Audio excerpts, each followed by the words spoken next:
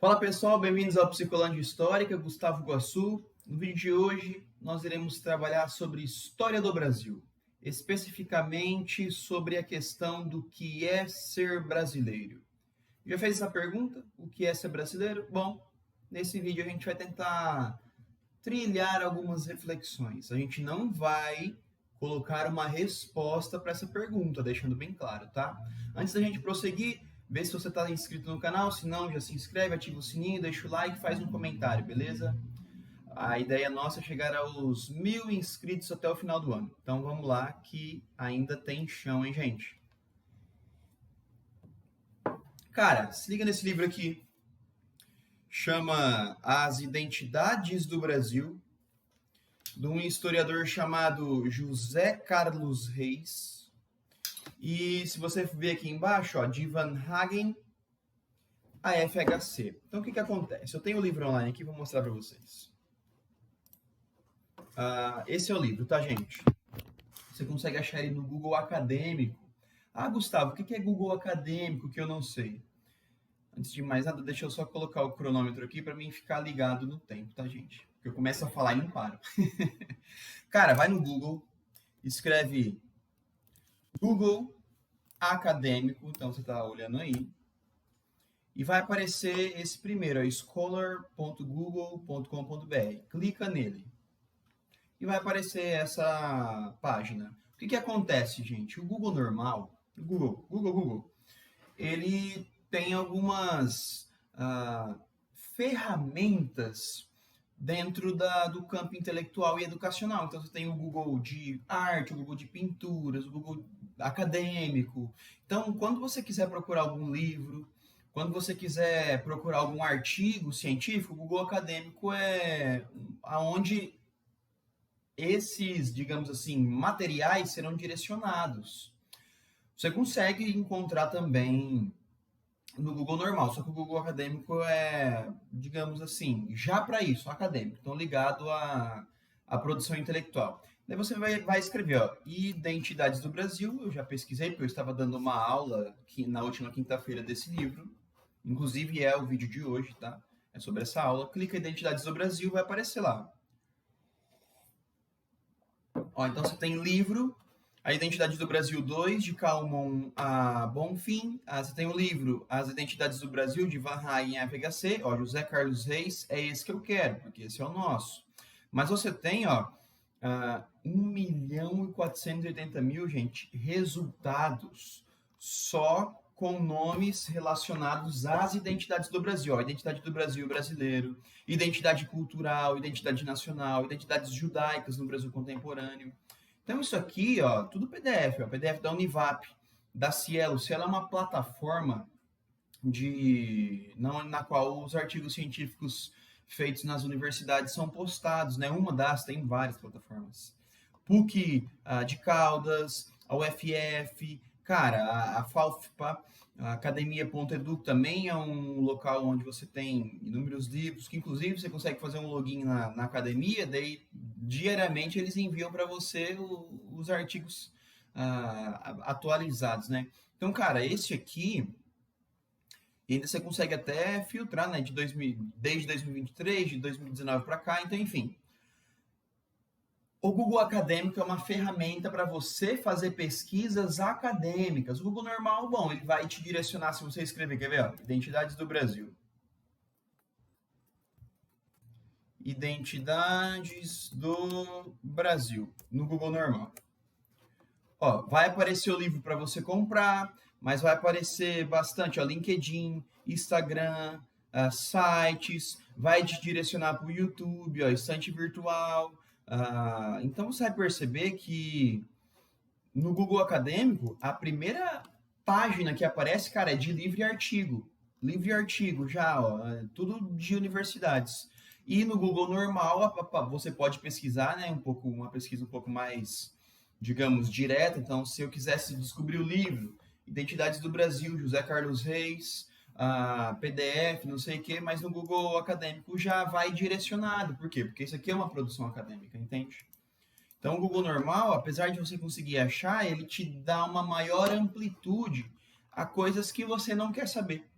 Então, o Google Acadêmico já vai direcionado ao assunto que você quer, né? No caso, se for assuntos educacionais, em relação à escrita acadêmica, então o Google Acadêmico fica a dica para você. Gente, então você vai clicar aqui no livro. Ah, claro, como o livro ele é disponibilizado online, há algumas páginas nas quais o próprio site vai retirar, porque a ideia também é vender, né? Então você não tem todos os livros na íntegra. Igual esse livro aqui, que eu quero mostrar para vocês, tem uma parte faltando. E a parte que eu quero fazer o vídeo é justamente a parte que falta. Né? Então, para você ver, ó, você tem quase todos o livro inteiro, mano. Só essa parte aqui que tá em negrito, vivas representações do Brasil, que é a parte que eu precisava.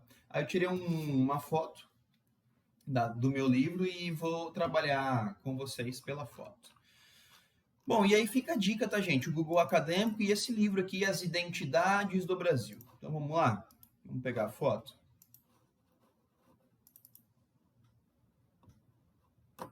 Cara, vivas representações do Brasil. As identidades do Brasil. Pessoal, quando eu falo identidade, é um conceito bem sociológico, tá? Por que ficou meio escuro aqui? Pera lá, deixa eu acender outra luz aqui.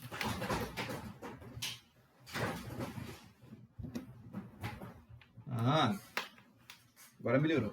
Quando eu falo identidade, eu estou falando em relação ao indivíduo. Então, qual que é a sua identidade? Quem é você? Quais são suas características? A que você se identifica? Quais grupos compartilham dos seus ideais? Ou melhor, você compartilha ideais de quais grupos, né? Porque os grupos não vão compartilhar ideal de uma única pessoa. Faz mais sentido nós compartilharmos ideais de coletivos. Então, assim, quando a gente fala de identidade, o eu tenho a possibilidade de construir conscientemente ao mesmo tempo que, dado ao momento que eu nasci, até o momento que eu percebo essa consciência que eu tenho de criar minha identidade, eu venho sendo, então, induzido a certa produção de identidade influenciado pelo exterior. Isso é, para ficar mais fácil. Você nasce numa família, sua família é de religião tal, ela vai te introduzir nessa religião, até o ponto de você ter uma idade suficiente para você conseguir escolher o seu próprio caminho. Então, quando a gente fala de identidade, a identidade ela não tem como existir sem a consciência. Pelo menos essa é a ideia que eu trago de identidade. Para você ter uma identidade, você tem que estar consciente da construção dela. Então, se você fala que é tal, mas você nunca pesquisou quais são as raízes daquilo que você defende, você nunca pesquisou como que você tomou conhecimento, contato e uma ligação afetiva com essas coisas, né? Com essas, digamos, culturas, manifestações, se você não sabe de onde veio, mas você defende mesmo assim, então você não tem uma identidade, já que isso vem como resultado de uma influência de fora. A identidade, e sou eu, tá, gente? Há outros autores, outras pessoas que vão definir identidade de outro jeito. Para mim é isso. Eu só tenho uma identidade de fato quando eu conscientemente consigo construí-la. O que seria conscientemente? Você ter a capacidade de questionar as suas raízes. Bom, no meu caso, Gustavo, nasci numa família católica, fui batizado quando criança, fui induzido a entrar na catequese, se fosse por mim, talvez eu não tinha entrado. Então, quando eu cheguei a certa idade, minha família, ó, então agora você vai para a catequese. Quando eu cheguei em certa idade, minha mãe falou, ó, agora você vai para a escola. Quando eu cheguei a certa idade, ó, então agora você faz isso. Então você vai perceber que nós somos induzidos historicamente a fazer certas coisas até nós termos a capacidade de escolher as coisas por vontade própria. É a partir desse momento, dessa negação da imposição exterior que você teve historicamente, isso é, a partir do momento que você fala, não, peraí, eu não quero ser católico por enquanto, porque quem escolheu isso para mim foi minha família, já que a família da minha família também é católica e vem numa tradição, então eu não quero ser católico agora. Eu vou esperar, vou refletir um pouco, vou ver se é isso mesmo que eu quero.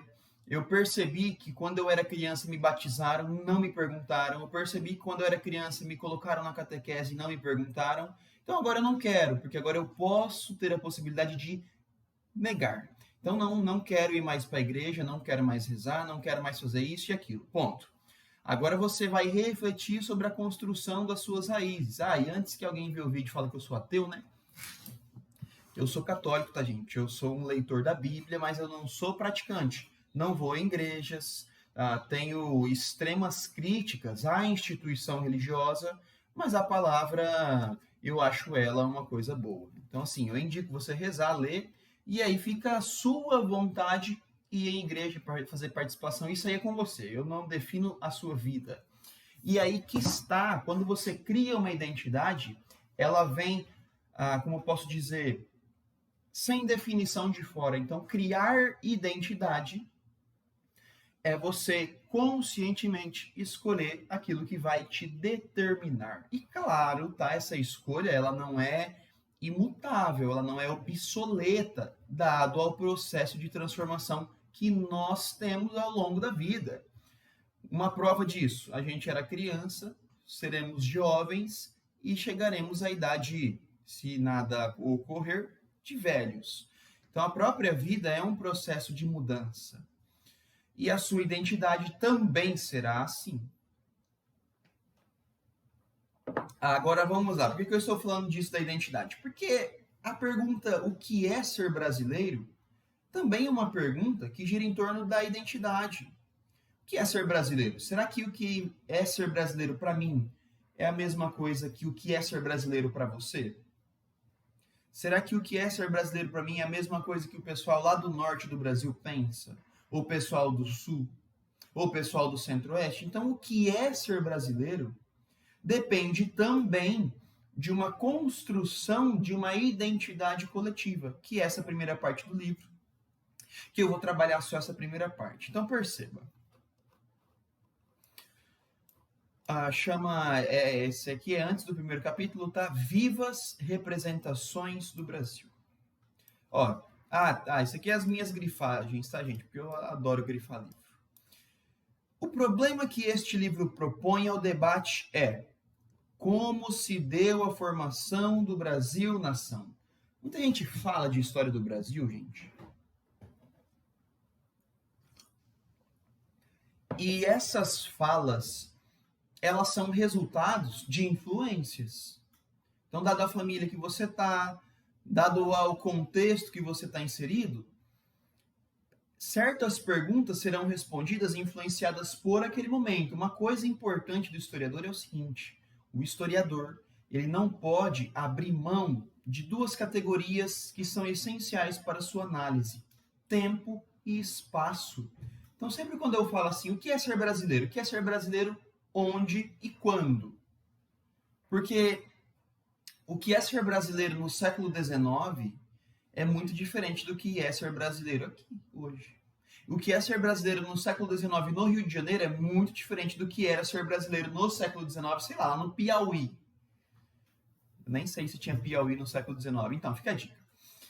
Mas o fato é que essas categorias de tempo e espaço são essenciais para a gente fazer uma análise coerente. Porque eu não posso generalizar um sentimento, sendo que eu vivo num país totalmente diverso e passando por várias linhas de transformações.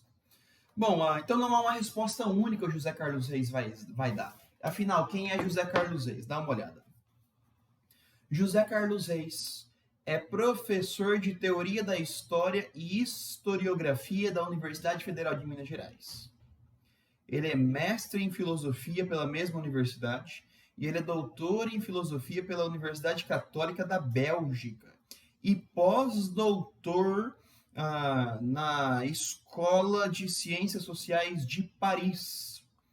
É autor, entre várias obras, essa que está em mãos. Então, cara, você vê que o José Carlos Reis é um cara que construiu a sua linha, digamos assim, intelectual dentro da universidade. Então, ele não é qualquer um, né, gente?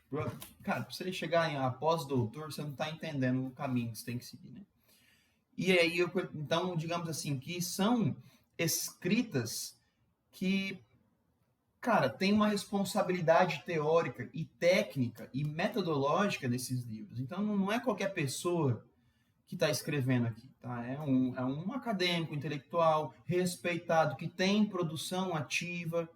É muito diferente desses tontos de Instagram que faz um videozinho e acabou, não tem nenhum livro, não tem nenhuma faculdade. Então, assim, não quer dizer que para você discutir isso aqui você tenha que ter faculdade, mas os conceitos que nós usamos para discutir aqui fora são conceitos acadêmicos, criados por intelectuais. Então, a gente tem que estar ligado no que está acontecendo na academia.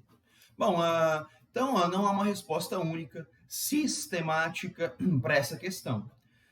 Essa história pode ser relatada de muitas formas. O Brasil é um país vasto, gente. Nós somos um dos 10 maiores países, entre os 10 maiores países do mundo, se não me falha a memória. Em questão de território, que inclusive, pera lá. Vamos pesquisar.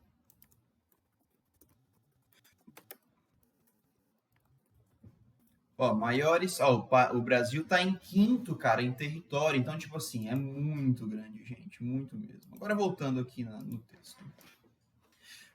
Então, o Brasil é vasto, complexo, contraditório e extremamente dinâmico. Todas essas características do Brasil, vamos usar um exemplo. Ao mesmo tempo que nós vivemos portugueses, africanos com os indígenas, ainda existem hoje, 2023, indígenas aqui no território brasileiro que nunca tiveram contato com essas outras etnias, o branco e o negro, e que vivem isolados. Então você vê o quão contraditório que é o nosso país. Você tem um país que a extensão dele é tão grande que há pessoas que nunca tiveram contato com os seus colonizadores. Então, assim, tudo isso impede que se possa ter uma representação que seja um consenso, que seja única, que seja estável da identidade nacional. Olha as perguntas que ele vai levantar. Quem somos? O que fomos? Para eu ser, quer dizer que eu fui alguma coisa. O que eu fui foi induzido ou foi conscientemente construído? O que eu sou é induzido ou conscientemente construído? E o que eu quero ser? Será que o que eu quero ser é uma indução ou é uma escolha conscientemente livre? Você vai perceber que é um problema de difícil discussão. Eu nem vou falar de difícil solução, porque, cara, não tem nem como solucionar um problema desse, né? Dado a complexidade do tema. O que significa a afirmação ser brasileiro? Agora pausa o vídeo, reflita aí uns 5 minutos, depois você volta aqui. O que é ser brasileiro? Brasileiro é gostar de futebol. Cara, fique tranquilo que a gente não nasceu gostando de futebol. Logo, gostar de futebol e relacionar isso com ser brasileiro é uma construção também ideológica. Isso não é.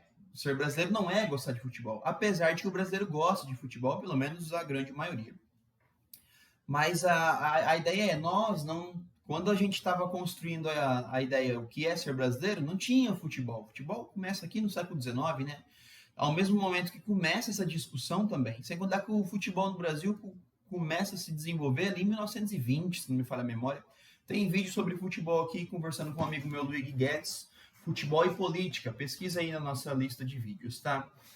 Então, o que significa essa afirmação, né, gente? Sou brasileiro. Qual é o conteúdo empírico dessa emoção? Isso é, materialmente, o que constitui ser brasileiro?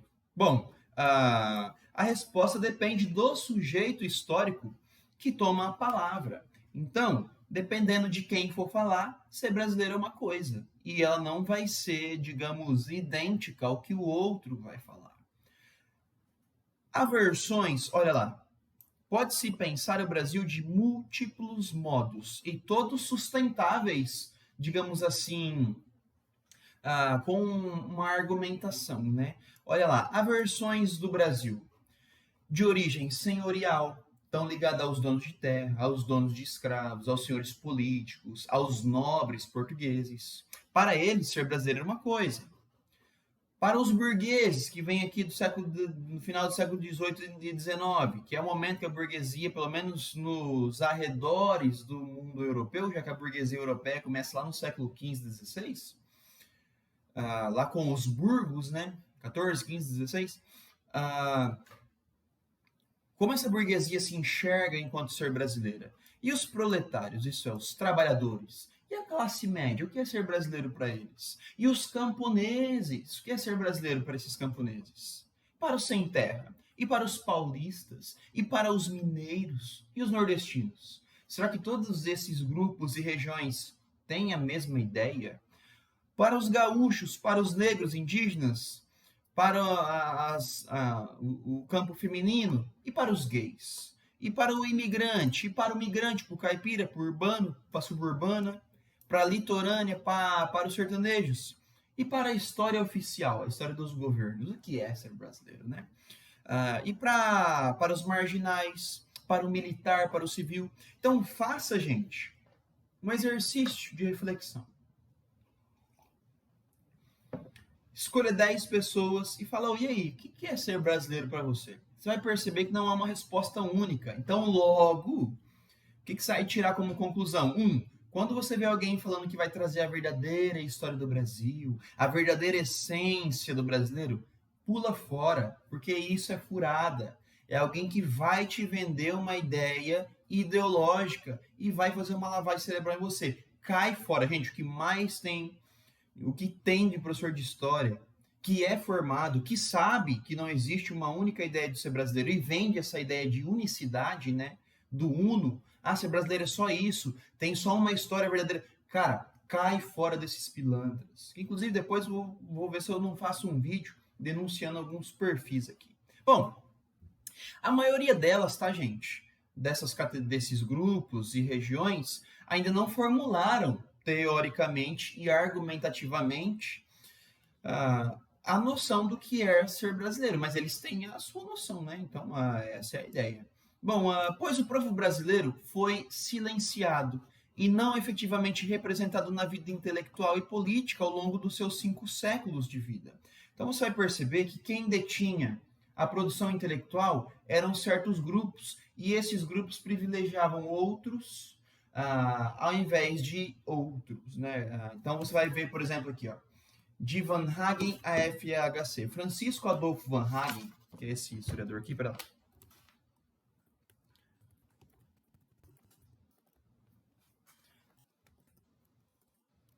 Como que escreve?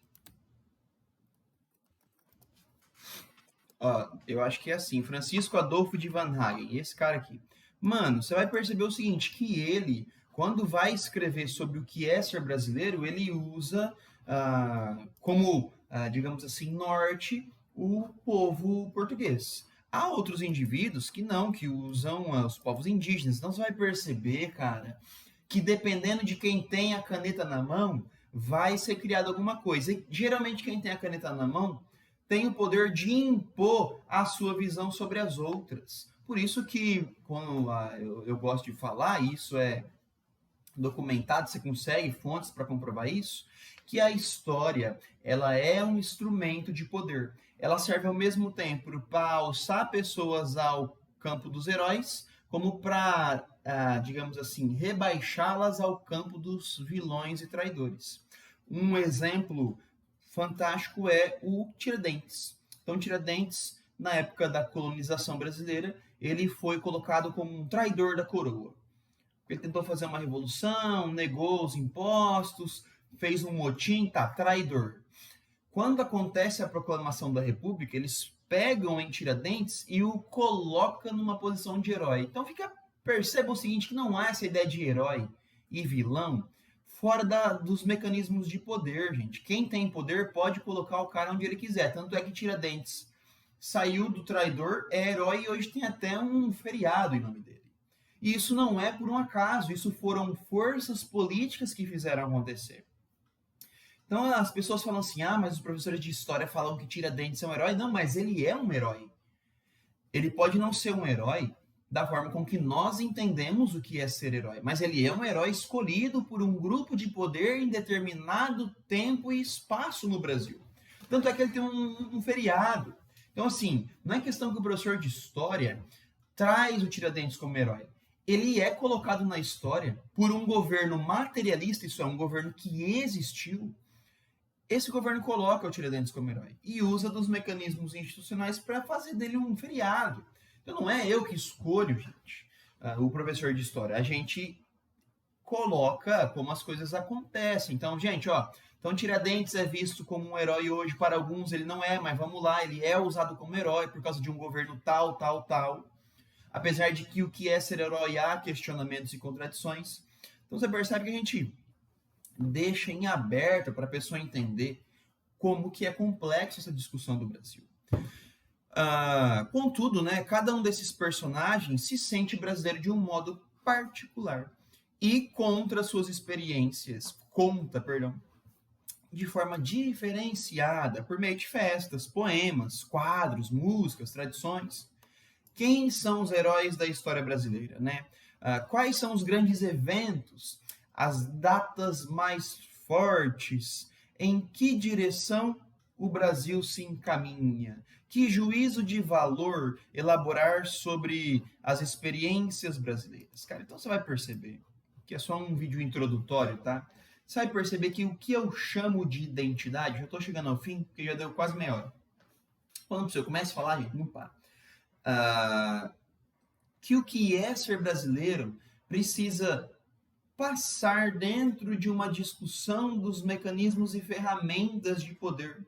Eu posso intuitivamente, eu posso genuinamente, eu posso, qual é aquela palavra? Ingenuamente, dizer eu sou brasileiro por causa disso, disso, disso.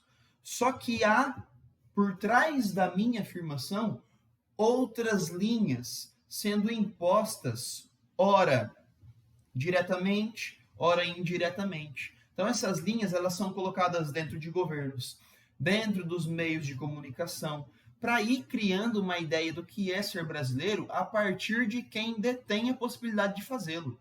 Ora, então quem tem a caneta, digamos assim, ele pode ter uma possibilidade maior do que aquele que não tem. E aquele que não tem, muitas das vezes desavisado, toma contato com essa noção do que é ser brasileiro imposta de forma arbitrária e ele não consegue questionar. Então muita gente coloca isso, ser brasileiro é gostar de futebol e carnaval. Não, não é apenas isso, apesar de poder ser também. Mas de onde surge essa ideia de que o brasileiro é aquele que gosta de futebol? Você já parou para perceber nas raízes?